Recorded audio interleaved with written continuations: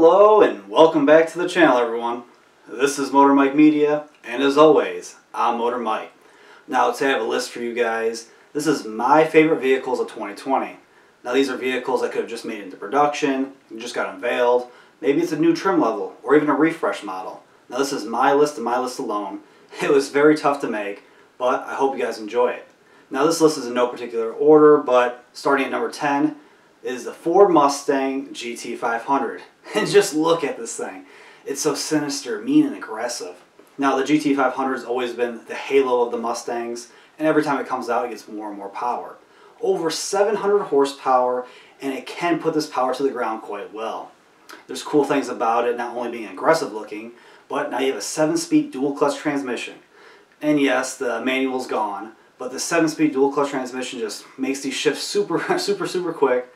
And unfortunately it's controlled by that knob instead of having a traditional lever, but oh well. You can get cool things like the carbon track package, getting carbon rims, carbon bits, and carbon spoiler. It's a cool look, it lightens the vehicle up, and this is one great Mustang. Now going down from there, number 9, it's kind of a 2-for-1, but it's the Toyota Avalon and the Camry TRD. And you're like, why did you put that on this list of favorite cars? Well, it's because I love sedans in general, guys. And it's sad to see so many of them go away. But I'm glad that Toyota's doing something a little sporty. They've decided to take the Camry, which is their mid-size sedan, and the Avalon, their full-size sedan, and make them super aggressive. The TRD is this package that gives them this body kit, like the old school days. You have this aggressive-looking grille, and bright colors like that bright red. These cars really pop out. Different rims, nice little interior accents. It's a great package for just the low 30,000s for the Camry, and I think it looks great. And like, if you don't want to stand out of the crowd, this is the one for you. You get that legendary V6 making 301 horsepower. That's great for a midsize sedan, and the V6 sounds pretty decent. Now TRD does a lot of cool little things. Like I said, you get the body kit, you get the spoilers, the accents, even a new exhaust. All these little things make these Camrys and Avalons stand out amongst a sea of kind of boring vehicles. Now going down from there, number 8 is the C8. And I already put the C8 on my list of top 10 dream cars. You guys can check that video out after this. But just look at the Corvette. It's aggressive, it's mean, just like the Mustang I said, but this is a mid-engine, guys. They finally took the engine from the front, put it behind the driver, and made an affordable supercar. And what do I mean by that is most supercars are well over 100,000, even over 200,000. But you get this mid-engine vehicle that looks very similar to like a Lamborghini or a McLaren for $60,000. Now it's a steal of a deal. GM does a great job with the Corvette every time they redo it, and this is the best yet. Now going down from there, number 7, the Land Rover Defender. The Land Rover Defender, guys. Now the original Defender was this big boxy boy. Yes, it was slow, but it was super rugged. It can go off-road. It was like the old school Broncos in a way. But this vehicle, yes, it doesn't look like its older counterpart, but it's this modernization of it. I know a lot of people were super excited for it, and it's good to have the Defender name back in America. There's 2 different versions you can get. The 110 being the 4-door one, that went on sale first, and then the 90 will come later. Now the 90 is my pick just because I love 2-door anything. I think the proportions of the 2-door just look great, but obviously the 110 is going to sell more, that's why it came out first. And it has a very cool look. I like how the back end just straight cut off with these nice little lights in the back.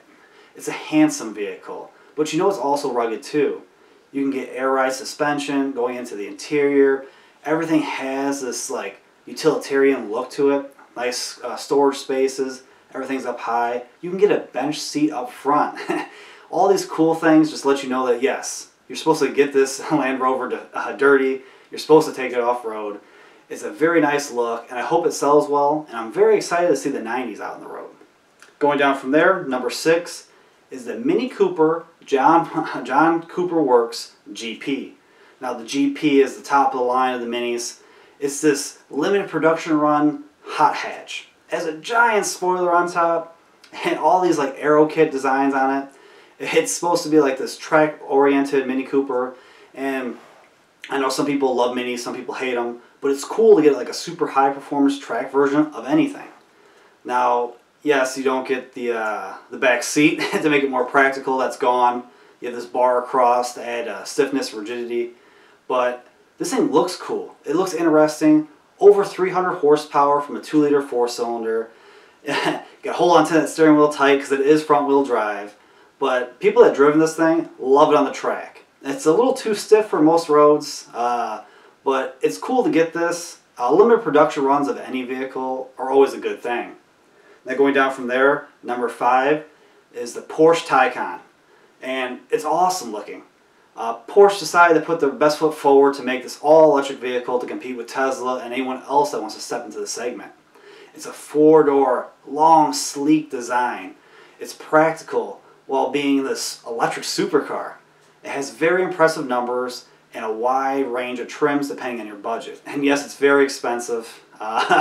You have to have some serious money to get this, but you're unique, you're different. It has the latest and greatest from Porsche. A gorgeous interior with nice materials, these beautiful touch screens. It's all electric, it's powerful, it's the future, guys. I want to know what you guys think about the Taycan. When it first came out, I was pretty stunned by it. That Tesla has something that they should be worried about. This is something that looks amazing, has great performance numbers, and I know they'll just keep improving and improving it. Now going on from there, guys, number 4. The Honda Ridgeline. Alright, so I already made a video about the Honda Ridgeline. You guys can check that out after this video. I told you guys in that video that the Honda Ridgeline is like the Swiss Army knife. It can do a little bit of everything. And to be honest with you guys, the majority of people that get trucks kind of need something like the Honda Ridgeline. And what do I mean by that is the Honda Ridgeline, yes, it's not going to tow anything super crazy or anything like that, but it's very capable. You can do some light off-roading in it. The bed is user-friendly. You can swing open it like a tailgate, or have the tailgate come down, or you can swing open like a barn door. So easy to get into the back of it. Right in the back, you have this little tray that you can open it up. You have storage that's lockable. So you can use it like a regular trunk. There's a drain plug in the bottom if you want to do tailgating. Going into the interior, it's very nicely equipped, good tech, and it's very comfortable. Having independent suspension all the way around is always a nice thing. And it's probably like the everyman truck. And I understand when people, they rather have this rugged looking vehicle that can do some serious off-roading, that can tow serious numbers. And I understand that, guys. I personally like full-size trucks better. I know if you get a full-size truck, there's more interior space and all these luxury things. But the Ridgeline is a great truck. And I really mean that. And I think more people should check into it. It's probably a good truck for you, depending on your needs and wants. Now, number 3 and number 2, I bundled them together. That being the CT4 and the CT5.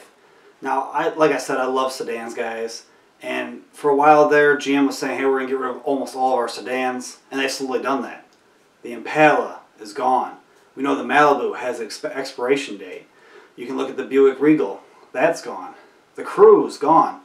So it's great to see that, hey, for their Cadillac brand, they want to keep sedans going. So what did these vehicles replace? They replaced the old ATS. It's been around for a while, but it was a good little car. And then the CTS. Now, yes, the CTS name is gone. It's been around for a while. And I did love those old CTS-Vs. But these new CT4 and CT5 are the replacements. They have lots of good tech. And it's the new evolution of Cadillac design. Much better interiors, way better quality from the materials to the tech. The screen, way better than that old Q system they used to have. It's more high resolution, more features, easy to learn and easy to understand. And everything just feels better. Driving experience, the sound deadening, they just improved upon everything. Now, we know later on there's going to be even more advanced versions of this. And there's an array of engines between these two vehicles. You have the 2-liter 4-cylinder, the 2.7-liter 4-cylinder that's found in the half-ton trucks. You got the good old 3.6-liter V6. They got a 3-liter turbo engine, and the list keeps going on.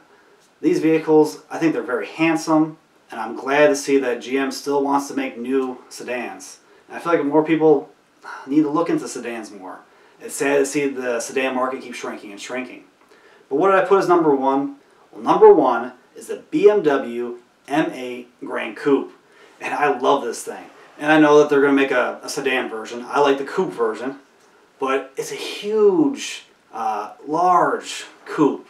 And that's the best. It's a very handsome design in my opinion. It still has a smaller kidney grille, which I like. The body lines, bold and beefy. It's like a German muscle car. The rear end is nice and slick. Going into the interior is just gorgeous. Very high quality materials, very premium leather seats. It has their latest BMW system in there. Overall, it's a gorgeous vehicle inside and out in my opinion. And you have a big old 4.4 liter twin turbo V8 making 600 horsepower. It has great power, great tech, great features, and I think it's very handsome. So what did you guys think of my list? What are some vehicles you liked? What are some that you didn't? And what are some of your guys' favorite vehicles for 2020? Now please, if you haven't already, check out my channel. I do a whole bunch of different videos, whether it be lists, me talking about new vehicles that come out, and some tips and tricks. And please guys, like, comment, subscribe. I really appreciate it, and I'll see y'all in the next one.